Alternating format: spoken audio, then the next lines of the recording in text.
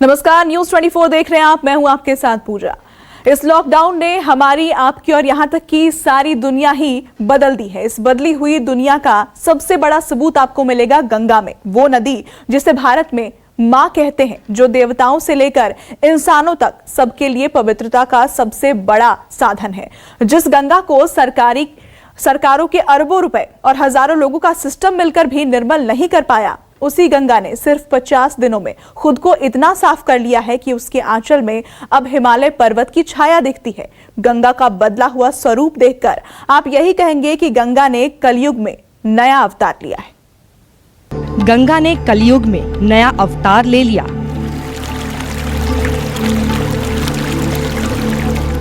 गंगा ने 50 साल बाद रूप बदल लिया। जीवन दायिनी गंगा ने 50 दिन में चमत्कार कर दिया। गोमुख से बंगाल की खाड़ी तक निर्मल हो गई गंगा। गंगा ने देश के अरबों रुपए बचा दिए। कलयुग में पहली बार नई गंगा के दर्शन कीजिए। इस वक्त आपके सामने गंगा का जो रंग है वो आपने शायद ही पहले देखा हो। कल कल करती गंगा की ये आवाज सिर्फ अविरल धारा का बहाव नहीं, बल्कि पतित पावनी के दिल की आवाज भी है। गंगा के इस शोर में आपको उसकी मुस्कान नजर आएगी। हम इंसानों ने पिछले 50 साल से ज्यादा वक्त से गंगा के आंचल में जो जहर भरा था, उसे गंगा ने सिर्फ 50 दिन में खुद ही साफ कर लिया। अब गंगा मैली नहीं है। अब गंगा के पानी में खतरनाक प्रदूषण नहीं है। अब गंगा सच में निर्मल है।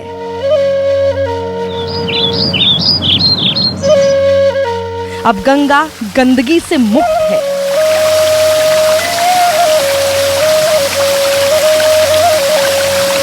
गंगा अब जाकर सही मायनों में अविरल है।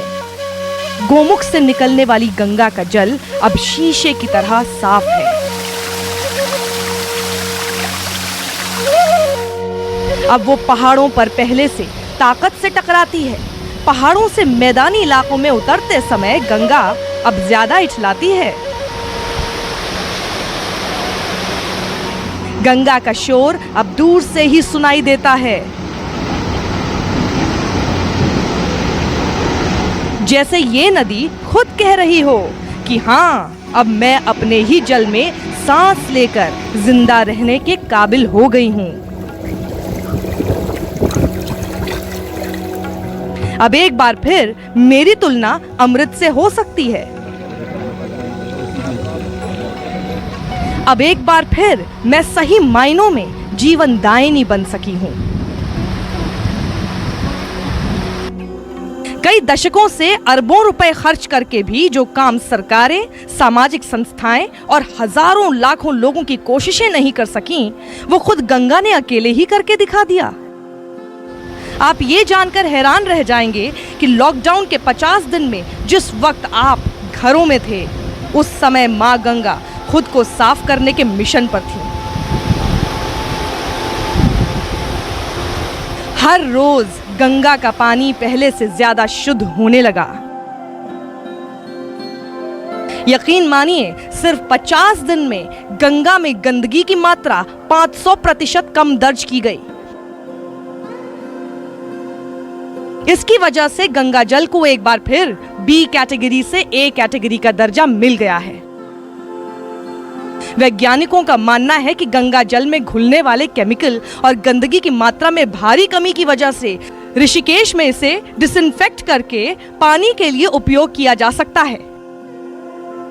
सैंपल हमेशा कलेक्ट करने की कोशिश कर रहती है कि नीचे से कलेक्ट किया जाए, तो हमने ये कलेक्ट जो है नीचे से लिया है।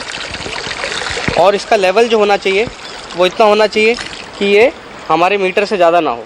और आप इस सैंपल में देख सकते हैं कि जो कलर है इसका बिल्कुल ट्रांसपेरेंट कलर है। हमने ये ग्लास ट्रांसपेरेंट इसलिए लिया है ताकि कलर दिखाया जा सके। जो भी एक तरह का पैरामीटर है वाटर की क्वालिटी को टेस्ट करने की। अब हम TDS की ये मशीन इसमें डाल के देखेंगे कि TDS की वैल्यू कितनी आ रही है। तो मैं अपने कैमरामैन से कहूँगा कि आप ज़रा जूम करके बताएं कि TDS कितना आ रहा है। तो इसमें TDS जो है इस समय 72 के आसपास आ रहा है, 73 72 के आसपास है। ये TDS जनरली RO वाटर जो हमारे घर में एक्वागार्ड लगा होता है उसमें आता है। तो इतना प्योर जो है इस समय ये पानी का जो है हमारा जो टेस्ट आया है। ये निर्मल गंगा जल देखकर आपके मन में ये सवाल उठ रहा होगा कि इंसान की कोशिशों के बिना ही ये भागीरथ जैसा चमत्कार कैसे हो गया? तो इसका जवाब गंगा जल की तरह साफ है। गंगा जल को निर्मलता के लिए किसी इंसान की जरूरत नहीं। नदियों की दुनिया में सबसे अलग और सबसे ऊंचा स्थान रखने वाली कुदरत की ये सबसे बेमिसाल नदी बहुत ताकतवर है। इसके पानी की एक एक बूंद पाप से लेकर प्रदूषण तक खुद लड़ती है। इंसानों ने तो बस घरों में बंद रहकर और गंगा से दूर रहकर इसे अपना काम चुपचाप करने दिया। गंगा में जैविक ऑक्सीजन मांग यानी BOD का स्तर कम हुआ है, यानी पहले की तुलना में गंगा के पानी में ऑक्सीजन बढ़ा है। गंगा जल में TDS की मात्रा पहले से काफी कम हो गई है।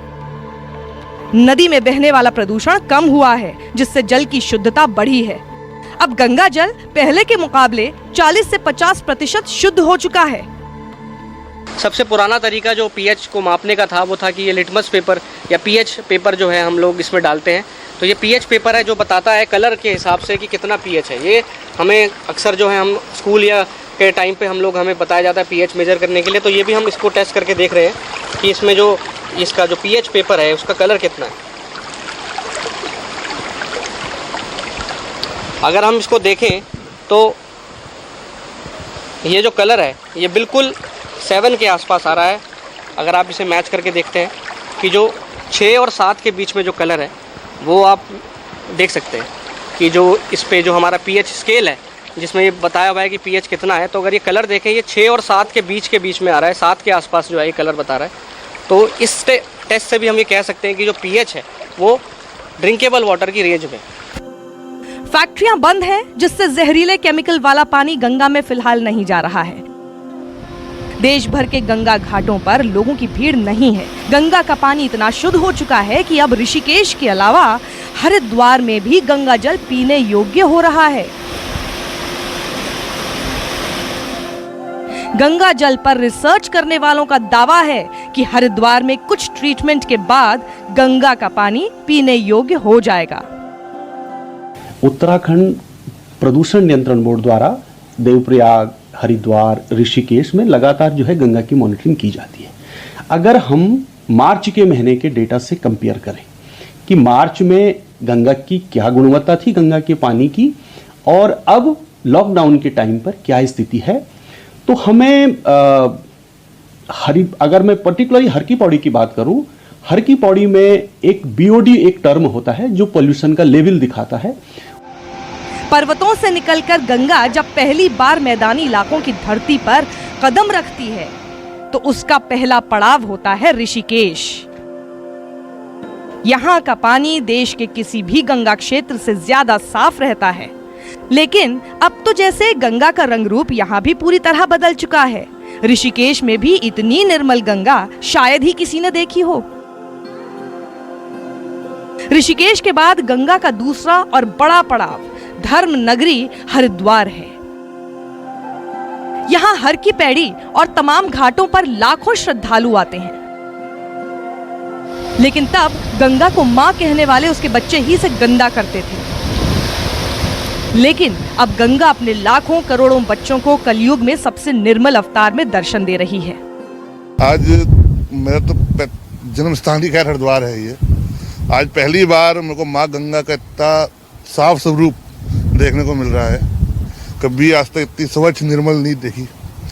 ये लॉकडाउन के चलते कितना माँ गंगा अपने पुराने स्वरूप में वापस लौटती हुई आ रही है। पहले किस तरीके से आपने भी देखा होगा गंगा मैया किस तरीके से दूषित जल चल रहा था, आज आचमन करने योग्य भी है, साफ सुथरा है। आमतौर पर उत्तराखंड के तीर्थ वाले शहरों में अप्रैल, मई और जून में पर्यटकों की भारी भीड़ रहती है, लेकिन लॉकडाउन का सन्नाटा गंगा के लिए वरदान साबित हुआ है। गंगा घाटों पर इंसान की भीड़ नहीं है, फैक्ट्रियां बंद हैं, मंदिर, आश्रम और होटलों पर ताले हैं। गंगा से जीवन यापन करने वाले तमाम लोगों को नुकसान तो हो रहा है, लेकिन गंगा को इसका खूब फायदा मिल रहा है। पुरोहित समाज भी गंगा के इस नए स्वरूप को देखकर खुश है। मेरा अनुरोध सिर्फ आपके माध्यम से इतना कहना है कि गंगा का जो स्वरूप हो रहा है उसके पीछे सिर्फ एक है कि अन्य क्षेत्रे कृतं पापम तीर्थ क्षेत्रे विनश्यति, तीर्थ क्षेत्रे कृतं पापम वज्रमापे लिप्यति। अर्थात जो भी कृत्य आपने पाप कर्म किए हैं तीर्थ में आकर समाप्त हो जाते हैं, और तीर्थ में आकर अगर आप कोई भी कृत्य करते हैं तो वज्र के समान होते हैं। जन्मों जन्म कितने भी पुण्य कर दीजिए समाप्त नहीं हो पाते। उसका कारण यही है कि हर की पौड़ी ही नहीं, गंगा के तटों पर श्रद्धालु आते हैं, वो अपनी प्रयोग करी हुई वस्तुएं छोड़ते हैं, खाद्य पदार्थ छोड़ते हैं, और साथ ही जो उद्योगों के माध्यम से गंगा के अंदर रासायनिक इत्यादि जा रहे हैं, वो बहुत बड़ा कारण होता है गंगा की धौली होने का, मैला होने का और कहीं ना कहीं गंदा होने का। इसलिए गंगा का स्वरूप निश्चित तौर पर बहुत भव्य और बहुत सुंदर दिख रहा है। गंगा का मूल स्वरूप हम इंसानों ने ही छीन लिया था, फिर इंसानों ने ही इसे साफ करने का मिशन शुरू किया। उत्तराखंड से बंगाल तक गंगा 2500 किलोमीटर अविरल बहती है। गंगा 29 बड़े शहर, 23 छोटे शहर और 48 कस्बों से गुजरती है। गंगा में हजारों औद्योगिक इकाइयों का गंदा पानी जाता है। मैदानी इलाकों में ऋषिकेश के बाद हर शहर गंगा को गंदा बनाते हैं। गंगा जल में प्रदूषण फैलाने वाली चीजें डाली जाती हैं। गंगा घाटों पर तमाम गंदी चीजें फेंकी जाती हैं। 1986 में गंगा की सफाई के सरकारी प्रयास शुरू हो गए थे। 1986 से 2014 तक गंगा की सफाई पर 4000 करोड़ खर्च हुए। 4000 करोड़ रुपए खर्च करके भी गंगा 20% भी साफ नहीं हुई। अब इंसानों की भीड़ और प्रदूषण ना होने से गंगा खुद साफ हो गई। गंगा हर जीव के लिए जीवनदायिनी मानी जाती है, लेकिन उसी गंगा से जब इंसान दूर हो गए तो गंगा अपने मूल स्वरूप को दशकों बाद हासिल कर सकी है। तो चाहे असुर हो चाहे देवता हो, सभी इसकी वंदना करते हैं, और जो जिस भाव से इसके समक्ष जाता है ये उसको वही देती है। तो निरंतर हमें गंगा की अविरलता को के जल की अविरलता को बनाए रखने के लिए और निर्मलता को बनाए रखने के लिए हमें सरकार को चाहिए कि जो उन प्रगति इस समय गंगा के जल की हुई है उसको बरकरार रखे, उसको और आगे बढ़ाए, उसको उसके जल को प्रदूषण से बचाए। अब गंगा निर्मल है, स्वच्छ है, प्रदूषण से मुक्त है। इसका पानी कुछ जगहों पर पीने लायक भी हो चुका है। अपने बच्चों से गंगा की अब ये गुजारिश है कि उसने इंसानों की मदद के बिना ही खुद को साफ तो कर लिया है, लेकिन अब इस देश के लाखों करोड़ों लोगों की जिम्मेदारी है कि अपनी जीवनदायिनी माँ के स्वरूप को यूं ही बना रहने दें। उसके खुद के किए गए चमत्कार को दूर से ही नमस्कार करें, ताकि कलयुग में भी गंगा ऐसी लगे जैसे शिव की जटाओं से बह रही है। निर्मल, कोमल और लहराती गंगा आज अपने स्वाभाविक रूप में बह रही है, और ये किसी की देन नहीं बल्कि खुद कुदरत ने इन्हें इतरा कर बहने के लिए सजाया है। हम उम्मीद करते हैं कि सरकारें और जनता अब माँ गंगा को इसी तरह से बहने देंगी। अधीर यादव, देहरादून, न्यूज़ 24।